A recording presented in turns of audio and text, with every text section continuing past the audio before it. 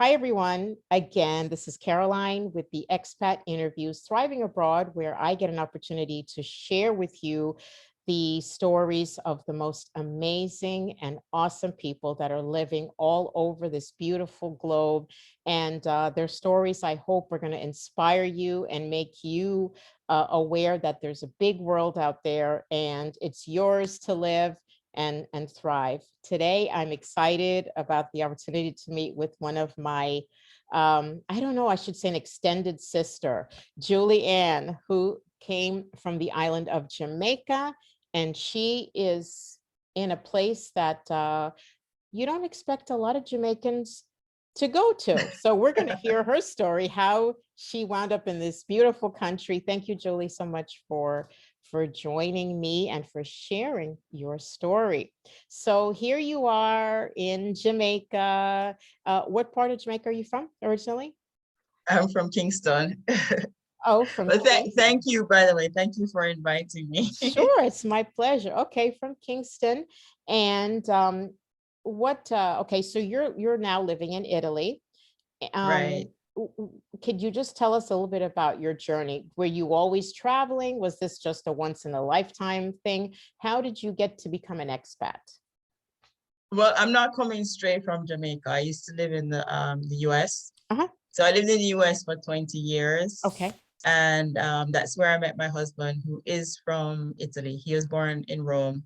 So you're a And double expat, actually. yes, this is my second time, my This is, second yeah, yeah. country.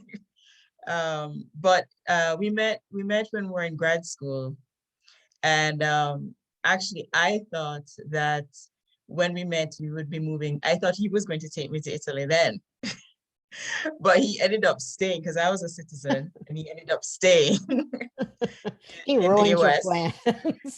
Right. I said, I don't know. I thought we were going to be in Italy, but we we both came at the same time, and so we've been in the US for 20 years. But I would say I think life in the US was really good for the first 10 years we were there. The reason why we both left because of opportunities. There are very few opportunities in Jamaica and in Italy. There are very few opportunities for young people, and it still is that way. So the job opportunities were the reasons why we both left and why we both stayed in the US. But once we had our son, it became, I thought life in the US it's not for families. And we both had our families weren't living with us. And so we always felt sort of isolated and alone. And then I think over the last 10 years, things got increasingly worse economically. And we wanted to leave, but we just didn't see how because we're both scientists and we had good jobs. We just didn't see how we could make it in Italy. I knew we weren't going to go back to Jamaica, but in Italy, economically, we just didn't see our way. So over the next 10 years, we'd return, we keep coming back. And in the last 3 years, no, 2019, I stayed here one summer. And I decided that this was where I wanted to live because every year I came back, it felt more and more like Jamaica. Like Italy has so many similarities to me of Jamaica, and it was the most comfortable place. And with COVID hitting and then the racism, which I always felt, um, just compounded more in 2020 with everything that was going on with Black Lives Matter. I just said, I want out. So we decided to leave then. So, okay. Yeah, I feel, as I had talked to you before we started, that a lot of people, this whole last year with the COVID thing, and, people just got into a lot of reflection as to, Yeah, where they're going with their life, their family, like, they just felt like out of place, like, all right, maybe I don't belong here or I need to be yeah, somewhere else. And yeah. so you say Italy is a lot like Jamaica. In what way? Well, it's very slow. I would have to say definitely if you're in your 20s and 30s, the reason why we left our countries in the first place, if you want to be, you want to do something or feel like you need to get somewhere, do something with your life, it's a very difficult place to be. It's very bureaucratic. And so you can't really rise a certain level. You have to stay. In terms of Jamaica, I just love the fact that the people they're so polite. The kids are polite. Everybody tells you good morning. Um, it's a much slower pace. We were in New Jersey, which is, New Jersey, New York is so fast. And just people around, stopping to have a coffee. They will take the time out to say hello to you. And that pace was what reminded me so much of Jamaica. And then as a Black person, I didn't feel like I stood out in any way. Like in America, I always feel my color. I wake up thinking about it, go to sleep. Every second it's about my color. Whereas here, it's not something that's on my mind all the time. People want to know about your culture, and it's not about, you're not stereotyped when you're met. They want to know who you are. They have no preconceived ideas about who you are. So I felt myself. I felt like I could be myself here. So you would say that in Italy, you had little race awareness, like there was no constant awareness of who you are as a Black person, just going about your everyday life, Right. besides Yeah. your own auto awareness of it. Other Yeah, I people. know well, when I first started coming to Italy, there were not that many Black people. With the event of the refugees, there are definitely a lot more Africans and a lot more people of color living in Italy since when I went 2003. But I've never personally, for me, my experience is that I have never really felt um, from way back when, I never felt like people were looking at me strange or weird, or I never had anyone treat me differently because of my color. Everyone has always been pleasant. In fact, sometimes they just assume I speak Italian, and start talking to me in Italian. It's like I'm not that different. Whereas in America, I'm always different, no matter what. So that was so refreshing to be able to be myself. And speaking of Italian, is it a difficult language to pick up, to understand? I mean, Well, not to speak fluent, but to have basic. right. No, we've been together for 20 years. So over the years, initially it wasn't a language that, as a Jamaican, I found it was hard at first for the pronunciation, because the way that we speak is so different. Not even English, it's a pronunciation. So it took me a while to get used to hearing it. But over the years, by little, I've taken classes, and so now I can help myself. I'm not fluent. I think it's going to take, I don't know how many more years to be fluent, but I'm able to communicate, which for me is great. And the people are so nice about it. Like they're so patient. I found in the US that people are not patient with foreigners. Even if you speak English, but you speak English with a different accent, they tune you out completely. Like you're not them. So, but here they're like very patient. With trying to help you.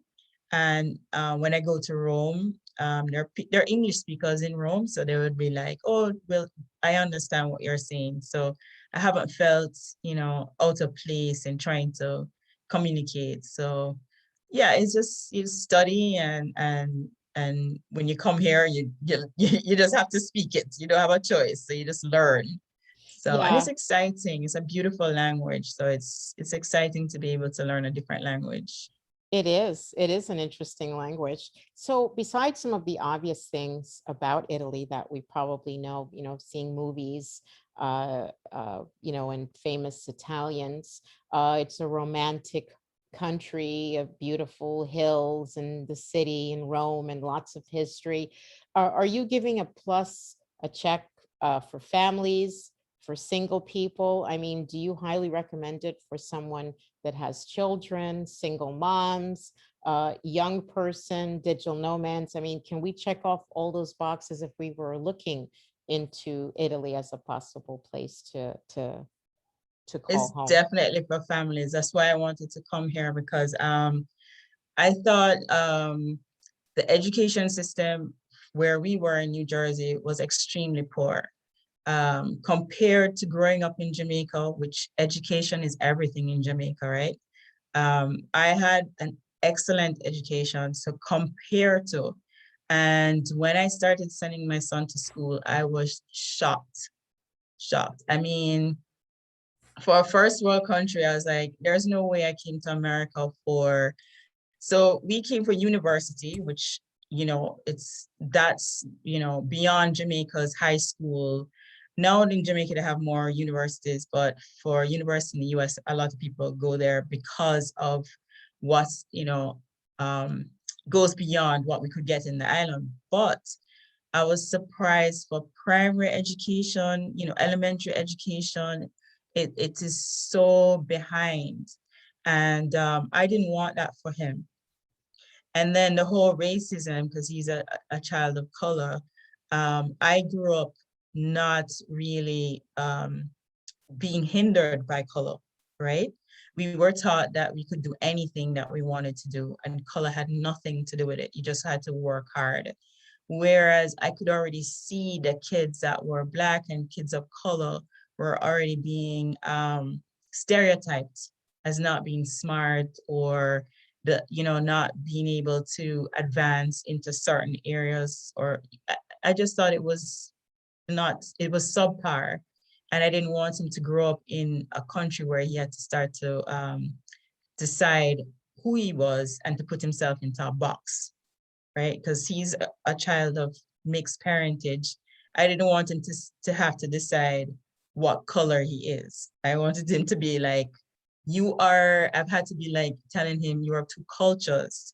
You are, beyond. It was too much education, and I just didn't have the tools. And I wanted him to grow up in a country in which he's not going to be constantly reminded of what color he is or isn't.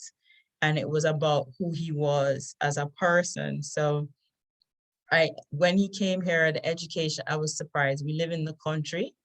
The school the education system for the kids is amazing. It's so well-rounded. The art, music, the math is advanced, literature, and they're studying, for him, yesterday, Italian, but they're also, for the kids, they're studying English and French. So they're studying languages and he's in 6th grade. So definitely for families, and it's free, right? Whereas when we were in New Jersey, we had to send him to private school. So, we're paying all this money. And I didn't see where our tax dollars were going.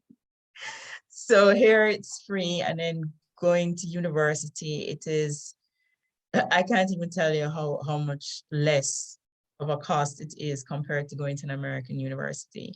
So definitely going to university is a plus, and having kids is a plus. I would have to say that it would be best to come with your own job. Leaving America to come here to work within the Italian system is very challenging. So I find that most expats here have their own business, or teach English or something else that you don't have to go into the Italian system. But other than that, it's great. It's a great place to raise families. Yeah, I think a lot of people, that's their main concern, work. But as you said, if you have maybe an online business, if you're a digital nomad, which I feel that everyone should at least Yeah, consider, even if it's just a little side hustle. I feel like in the time that we live in, it's really a good thing to have that absolutely. income. And the cost of living here is so much more affordable than living in the US. And people live here much simpler life, less, it's less about commercialism. You only buy what you need, unless you're into fashion and you want to be in Rome or Milan where you have to dress a certain way every day. But on a whole, the average person is very simple. They dress very nicely, they dress impeccably, but it's about it's simple.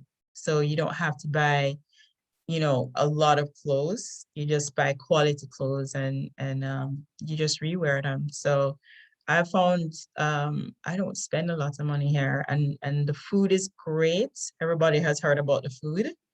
Um, you get good quality food for a lot less, so you can eat well, and you don't have to spend a lot of money to go out and enjoy the country. So So do you mean I don't have to wear Versace every day when I go out, I know that's what Instagram shows. or my Louis Insta Vuitton, or I don't have. Instagram shows that you have to be like, dressed a certain way. And sure, if you want to do that, that's quite fine. But the average person is like, hey, jeans.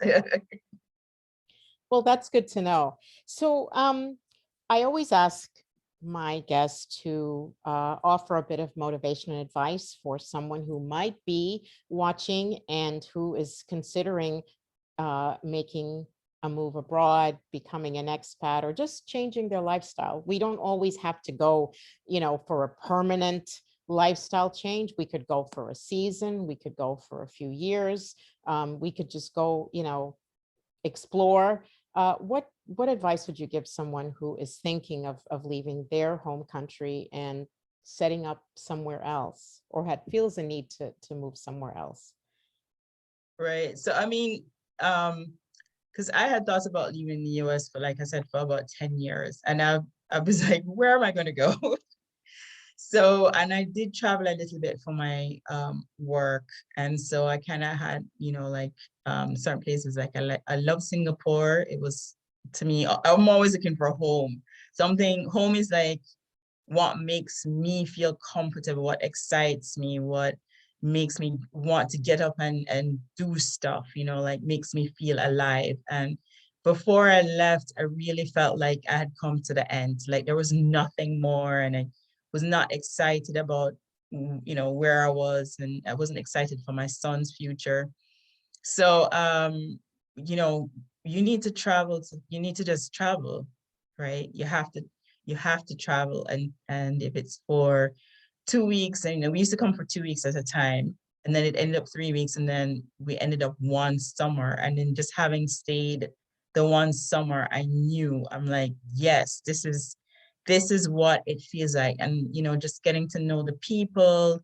I mean, Italy is not a place in which I would suggest you have to come and feel it for yourself.